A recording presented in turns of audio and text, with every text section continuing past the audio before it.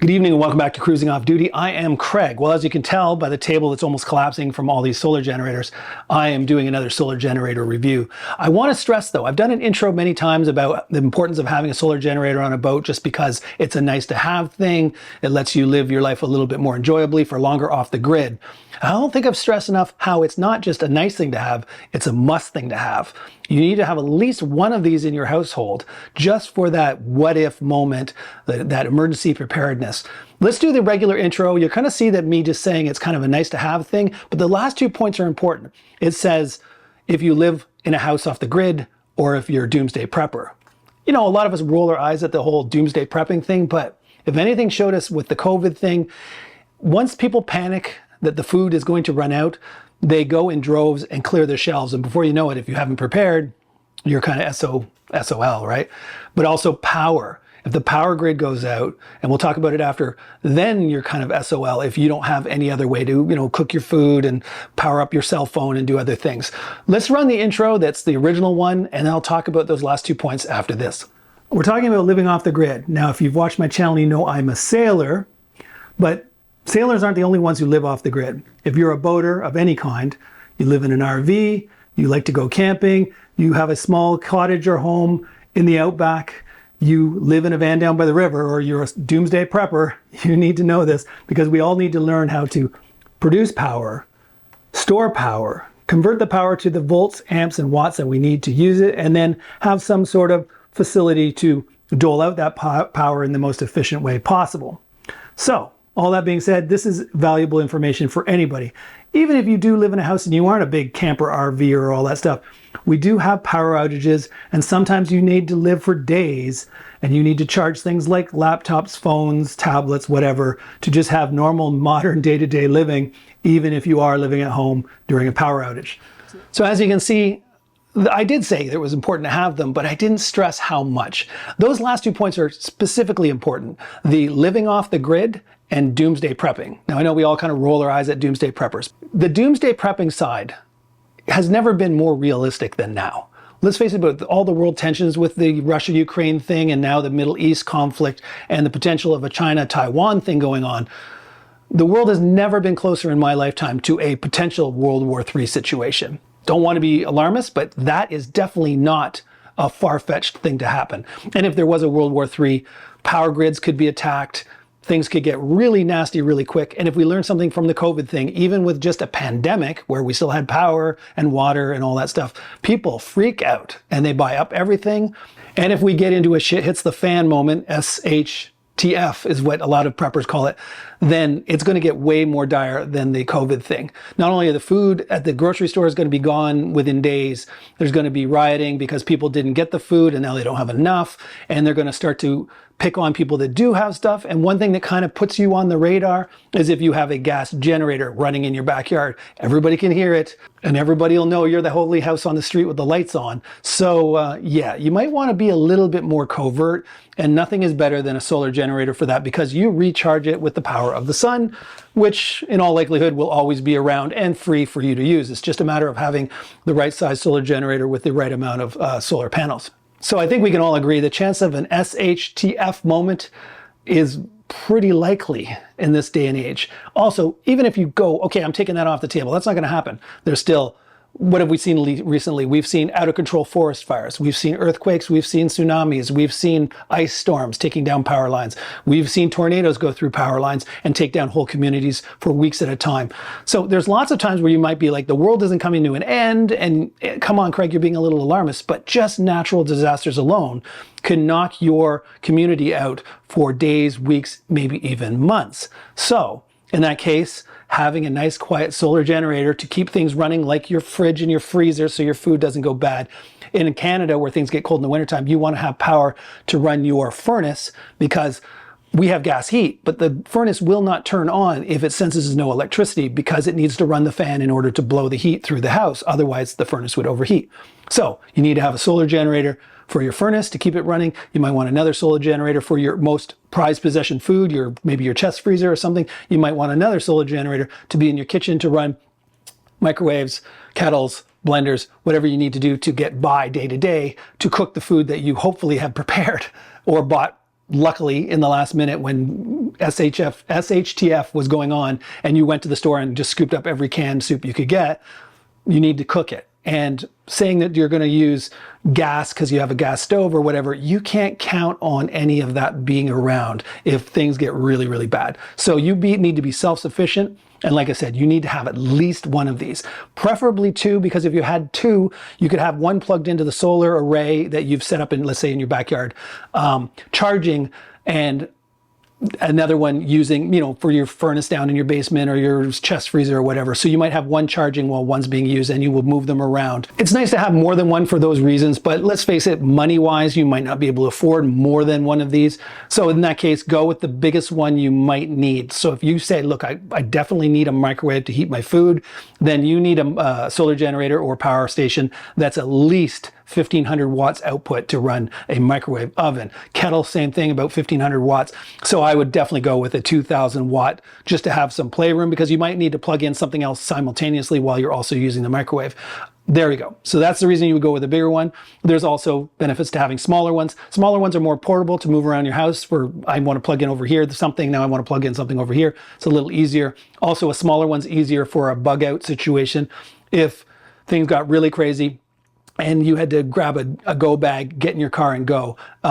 Grabbing a small solar generator to keep potentially your laptop, cell phone, anything that you might need to just, you know, supposedly live in a modern time, you could easily grab one of these. If you don't need to run a microwave and you're running smaller objects, then the smaller ones are definitely cheaper and maybe the way to go, especially if you're trying to get more than one of these.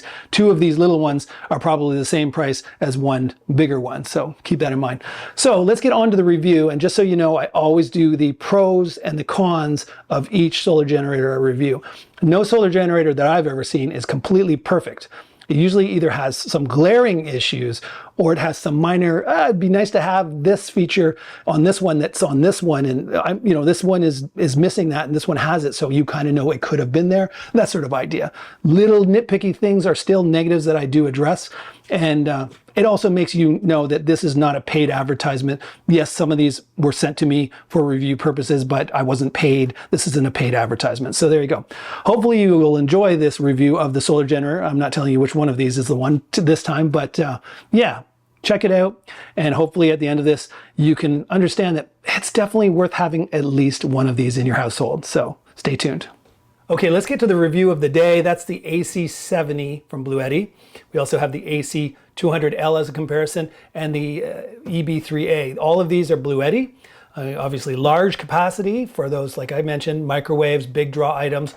Obviously more capacity for longer use of smaller items. Kind of a mid-range, and then the smaller. And there is a price difference, of course. So let's go with the biggest, just as a comparison. This is the AC200L. Kind of similar to the AC200 Max I've done a review of before, but this is a brand new model which they've upgraded some things. But I'll do a full review on this later.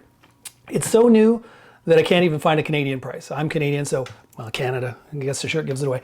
Can't find a Canadian price on their website, so I'm guessing it's so new it's not there yet, but it is listed on the American website at $1,499.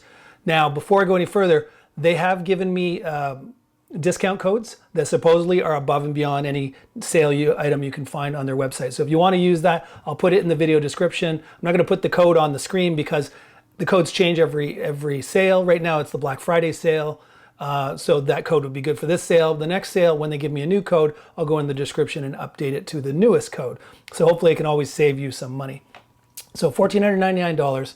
So AC out is 2400 watts. With power lifting up to 3600 watts, which is kind of like powerlifting, or I often call it, is easier to understand, surge power. Is if you wanted to go higher than the stated 2400 watts, you should be able to, at least for short periods of time. Powerlifting is kind of them cheating it a bit too. They bring up the watts and bring down the amps or something along that line. So you don't necessarily want to try that with sophisticated electronics like laptops and things, where if you start messing with the amps and the watts too much, you don't, yeah. Anyways, it's fine for things like kettles and other things where if you're going a little above the stated rating, it should be fine on a kettle, because if it brings down the amps, it's not gonna hurt the kettle. So powerlifting up to 3600 watts, solar in 1200 watts of solar. That's a lot of solar. 1200 watts. And just so you know, you usually can go above that because there is really more of a open circuit voltage. And as long as the solar panels you have that you're using are within the range of its open circuit voltage that it can accept, it usually will go. So even if you go above 1200 watts, let's say you're doing 1500 watts, but the open circuit voltage is in the right range, it should still be able to use it. The MPPT controller in here though might throttle it at the maximum. So that's something to keep in mind. But yeah, the reason you'd go over capacity on your solar panels is if it's cloudy. So you might have more solar panels than it's rated for, but because it's cloudy, you're not getting 100% of the power from the solar panels anyway. So you can kind of overclock the amount of solar panels into this and it still works. And that's true of all three. Battery capacity is 2048 watt hours, expandable to 4096 with an expansion battery. So this is the only one that has an expansion battery option. But I'll show you that even if you don't have that option, you can take lithium iron phosphide or just lead acid batteries in parallel or in series and plug them into this and treat it like solar, and it'll charge it when you are in the dark or on a super gloomy day or not getting a lot of solar. If you have charged up some lithium batteries or other batteries, you can plug it in and use it and extend its capacity during non-sunny times. And it is a UPS, an uninterrupted power source. Means that you can plug your computers and stuff into this. If you lose the regular grid power, this thing will click over in like 20 milliseconds, so quick that your computer won't even notice it. So anyways, it's got a lot of bells and whistles, but you're also paying $1,499. That's on sale though. That's actually a really good deal. $1,499 US. So let's move down to the one we're going to review today. This is the AC70. It's a brand new model. It's just coming out in Canada this weekend for the Black Friday sale. So I actually have had it for weeks and they told me not to put out an episode until it was officially launchable. So it now is officially launchable. On sale in Canada, $679. In the US site, it's $499. That's just the exchange. Canadians, we always take it in the keister with the exchange, but hopefully someday that'll change and get more to par. AC out is 1,000 watts. With a surge or a power lifting of up to 2,000 watts. Solar in, 500 watts. Battery capacity, 768 watt hours. It is all three of these are LiFePO, which is called lithium iron phosphate. This has 3,000 cycles to get you down to 80% of its rated capacity. So does this. Same quality of lithium iron phosphate batteries. This one, the smaller, cheaper one, says 2,500 cycles. So keep that in mind. As you get cheaper, you may get slightly less cycles, but realistically 3,000 cycles, and a cycle is from fully charged to fully dead. That's considered one full cycle. So 3,000 times you charge it, and that only brings the capacity down to 80%. So yeah, this thing will outlive the worry about it running out of battery usage. So don't worry about that. It is also a UPS, and I'll get into the testing I did on this in a second. Last but not least, is the EB3A. So this one in Canada is $279, which is damn good, damn cheap. It's $198 in the States. Its AC out capacity is 600 with a surge capacity or an uplifting, power lifting of 1,200 watts, so about double. Solar in is 200 watts. Again, you should be able to go a little above that. I've actually plugged my 400 watt solar panel and my 350, there's a 350 back here, into this just to see if it would accept it, and it will. Like again, the MPPT controller will take it. It may throttle it. It's not going to let you go above the rated 200 watts. But again, on a cloudy, overcast day, you probably weren't going to get more than 200 watts out of a 350 anyway if it's overcast. So yeah, feel free to go a little higher. I don't think it'll affect it at all as long as it's in the open circuit voltage range. Battery capacity is only 268 watt hours. So that's the downside to something so inexpensive. They're giving you all this sine wave inverters and all this other stuff, and lots of good electronics, but the battery itself is not overly large. It's perfect, again, for charging laptops, phones, radios, whatever you need to charge. You can even run, over here I have a 12-volt fridge. You can run a 12-volt fridge off of it, but it just doesn't have the longevity or capacity. Again, I can always show you in this episode just taking my lithium iron phosphate batteries and connecting them with alligator clips to the solar in. You can actually extend the lifespan of this or the capacity of this quite a lot by doing that. So as you can see, $1,499, I'll go American dollars, $1,499, $499, and $198. Big drop in cost. But what do you need it for? As I said in the intro to this video, if you're planning for this to be a home backup, kind of like, hey, I need to live in my house, I need to run my fridges and my freezers and my microwaves and my kettles and all that stuff, you got to go this way, and you want to probably even get some form of expansion battery to give you even more capacity. If you have plenty of solar, it's great too, because it'll take 1200 watts or more. This is more like, I'd say this is mid-range, 1000 watts. It's not going to run a microwave oven. It's not going to run a kettle. It'll run everything below that though. And I'll show you the testing now in a second. So I tested this 2 ways. I wanted to see the capacity. I fully charge it, I discharge it, I fully charge it, I discharge it a few times just to make sure I've cleared out if there's any sort of like memory when it comes from the factory. You want to make sure you get it through there a few times. So I tested it using 150 watt constant draw, and I got 87% of its rated capacity. Then I torture tested it a bit, and I put 850 watt draw on it, a heater, space heater on low heat.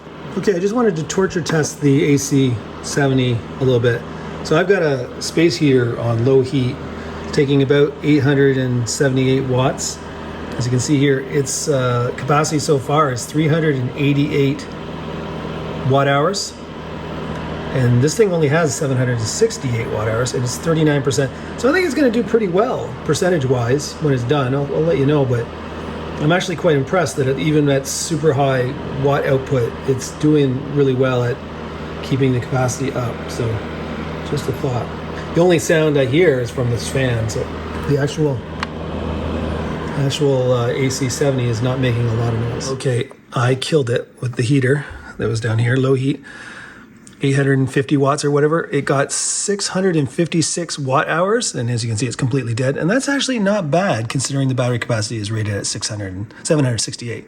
So I'll put the percentage on the screen now, but that was impressive considering I was sort of torture testing it. And I got 656 watt hours out of its rated 768, which works out to be 85% of its rated capacity. Anything above 80 is good.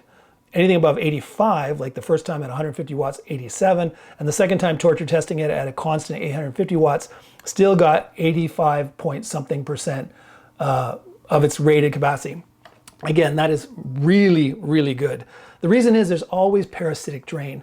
Now, I don't know if the screen is even on. Yes, it is. If you have the screen on and you have things running on it, you've got the AC turned on, DC turned on, even if you're not even using any of the power, it's constantly drawing from your battery just to stay on, and for the battery management system and everything else that's constantly thinking of the system settings and all that stuff, it's draining. Also, there's always an inefficiency going from DC, which is what the batteries are, DC power, and you're converting it into AC power. There's always going to be heat buildup from that and inefficiencies and stuff, and that's where the parasitic drain is coming from. So if you get anything above 85% of its rated capacity, you are doing damn good. So this thing definitely gets 2 thumbs up on its rated capacity. Okay, the next thing I wanted to do was stress test it to see how much above its rated capacity could it actually put out. Okay, I'm stress testing this AC70 from Bluetti by seeing how long it can do over 1,000 watts, 1,100 watts. So what I'm doing is I'm charging this one, and for some reason when you put solar in at the same time as AC, it no longer charges at 500 watts. It charges at, well, 1,100 watts, which is more than the stated watt capacity of the AC70. So far, I haven't gotten any errors, although the fan is audible now, so we'll see how that goes. Okay, the thing's gone up to 1,263 watts charging the other solar generator, so it's gone up. That's way above what this thing should be doing. I'm amazed it's still doing it. Gotta keep turning on the screen again. Oh, it just shut off. So yeah, there's the warning. So 1,263 watts for a little while before it finally just decided, nope, that's above my capacity. Let's just go through some of the other things that the website will talk about. 2,000 watts lifting power. Again, wouldn't try the 2,000 watt thing if you're using sophisticated electronics. It's good for kettles and heaters and stuff like that. That's fine. You're not going to hurt those, but don't do it with a laptop. Whisper quiet. I will attest to that. It says less than 50 decibel whisper quiet. I agree. This thing is amazing because my old AC200 Max, well, for one thing, when you plug it in, the charging brick makes a lot of noise. So that was kind of not a fan of. This new one doesn't have a charging brick. You plug the cord directly in, a lot quieter, but we're not talking about this one. This one is also whisper quiet. I mean, literally, unless that time I was running the heater nonstop on it, that's the only time I ever really hear the fans come on. Now, all of these will run off the app. There's an app, a Bluetti app, and you can go into that in the settings, and there's a thing called eco mode, standard mode, or some of them have high charge mode. What it means is eco mode means it's going to try and charge it slowly and discharge it without using the fan as much as it can, and therefore it's whisper quiet. Why would that matter to you? Well, if you're using this for a CPAP machine beside your bed or something else, you want it to have the fan come on as little as possible so it doesn't wake you up in the middle of the night. So there is some value there, depending on your use case, where you're using it. I mean, if this is in your basement or beside your, your chest freezer while you're on a power outage, you really don't care if the fan's running. So yeah, but if that's something that matters to you, that is there. Portable grab and go. It's very light. I mean, relatively light considering how big it is. It's not something you can pick up with your finger. This thing is more of something you can pick up with just your thumb. This is a little heavier. I'll put the weight on the screen, but it's definitely a grab and go type of solar generator. This one, hey, it's a two-hander. This one only has one handle. It kind of goes to show you that they expect you can lift this with one hand. This, definitely not a one-hander. It's solid. It definitely tells there's a lot of battery in there, and therefore it's a two-handed lifter. I believe this is like 62 or 64 pounds. 45 minutes to fully charge this to 80% from dead. They're talking wall power, which is pretty good, because why does it matter how quickly you can charge this thing? What happens if you're in a storm situation where the power comes on and then the power goes off and then the power goes back on again, the power goes off, or brownouts or whatnot? That's where, when you have power, you want to plug this in and get this thing as fully charged as you can in the shortest amount of time. You don't want to trickle charge it, because if it takes 3 hours to charge, you might only get an hour in and also the power goes back out and you only put a third of the battery capacity in. As mentioned before, it is a UPS with a 20 millisecond switchover time, which means as soon as this loses the grid power, it'll instantly click over to run off the battery so quickly that none of your electronics will even notice the switch from AC power, wall power, to DC power or inverter power. And they do mention the LED display. It is very, very nice, very bright. Compare it to this. I don't even know if this is turned on right now. There you go. See the brightness difference of the EB3A. It is quite a bit dimmer. It's not nearly as vibrant. So this one, you can see its rate of charge from literally across the room. This one, less so. Now, the things I did test, of course, is the capacity of the AC out. I did do DC. It's very hard to test DC, because most things that you're going to charge with the USB-A and USB-C doesn't have enough of a draw to really suck the life out of this quickly. And I've got a meter for it, but the point is it takes so long to drain these larger solar generators' batteries that you don't get the greatest, readout, because it's been on for dozens of hours to kill it. And by then you're losing so much parasitic drain from it just being on, it's hard to say. But you'll get at least as good a rating as the AC out, because with AC, you're going from DC power, converting it over to AC power through an inverter, which wastes power and generates heat, which means the fans have to come on. You don't have that DC to DC. It just is an up converter, usually, or a down converter from the battery voltage inside to what you're asking for. So this, I believe, is a 48 volt battery system. This is a 24. Not sure what that is, but long and short, it's just moving the voltage up or down, which doesn't take a lot of power. Again, hard to test that, because DC generally are smaller ticket items that don't draw a lot of power, and therefore you need to run this thing for like 2.5 straight days to kill it. And then really, are you comparing its rated capacity DC to DC, or is the parasitic drain becoming too much of a problem based on how many hours it needs to be running for? Now, all of these are the same. You can charge multiple ways simultaneously. So if you are plugged into solar and you're plugged into the wall, you can have both of them charging at the same time. Just so you know, it's not one or the other. They have separate inputs. And I have checked that it is a smooth sine wave on an oscilloscope. All of these, all the Bluettis are like that. They are very clean. There's no noise in the power output. And on the side here is the AC in. It's just a plug, just an everyday ordinary plug. It's just an ordinary computer plug that you would find anywhere in your house with items you already have. No separate charging brick, which is awesome, because like I mentioned before, the AC200 Max had a separate brick that you would have to carry with you, and that brick fan was always running. As soon as it was plugged in, fan was running. Even if it wasn't even if it was fully charged and it wasn't sending any power through, the charging brick was always making a noise, which was very annoying. So I'm glad they got rid of that on this. And of course, it doesn't have that problem either on this. Okay, very quickly, just looking at the front, you got the DC on, the power button in the middle, and the AC on. So yeah, you have to tell it to turn the AC on or DC on. It won't just automatically sense. You can't just plug in a DC cord into this and it just knows. So I have seen solar generators do that, but they don't do that here, which is kind of good because sometimes you just want to leave a cord plugged in for later you want to use it, and you then choose when the DC's on or DC's off. You've got the good old cigarette adapter, regulated 12 volt is what they call it, which means when it plugs in, the battery at first when it starts, it might be a little bit above 12, but it won't go below, I think about 11.8 volts. It's regulated. So that way, if you're plugging in anything that needs 12 volts, it's going to stay at 12 volts the whole time. So that's good for things like a 12 volt fridge or whatever. You don't want the compressor to run at lower than a certain voltage because it'll damage the compressor. At the top here, you've got the PV input, that's the photovoltaic input. That's where you put your solar panels. And in DC, you've got two USB-A's that are rated for 12 watts and two USB-C's that are rated for 100 watts, which is pretty damn impressive. A lot of smaller solar generators max out at about 60 watts. And then you've got your two AC outs, which are rated for 120 volts, 1000 watts, which is the full rated capacity. So that's pretty much it. And again, so let's go over the pros. The pros are, as I said, the battery capacity is amazingly good, over 85%, which is rock solid. It's super quiet. Even when you plug in things like, again, unless you're torture testing it and like maxing out its AC out, then you're gonna hear a fan. But even when the fan is on, it's not obtrusively loud. So the no noise is really, really good. Some of my, believe me, I've got enough solar generators that some of them, the minute you touch a button to turn anything on, the fan automatically comes on for a little while, just by default. It's like it's assuming it's gonna be hot, and then the fan comes on. This one doesn't do that. The screen is bright, love the screen.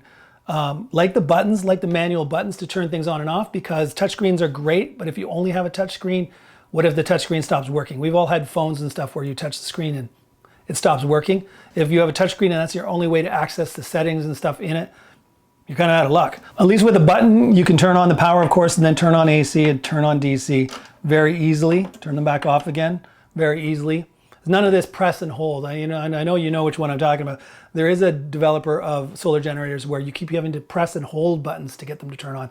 It's very annoying. This one's just to touch it to turn it on, touch it to turn it off. Love that.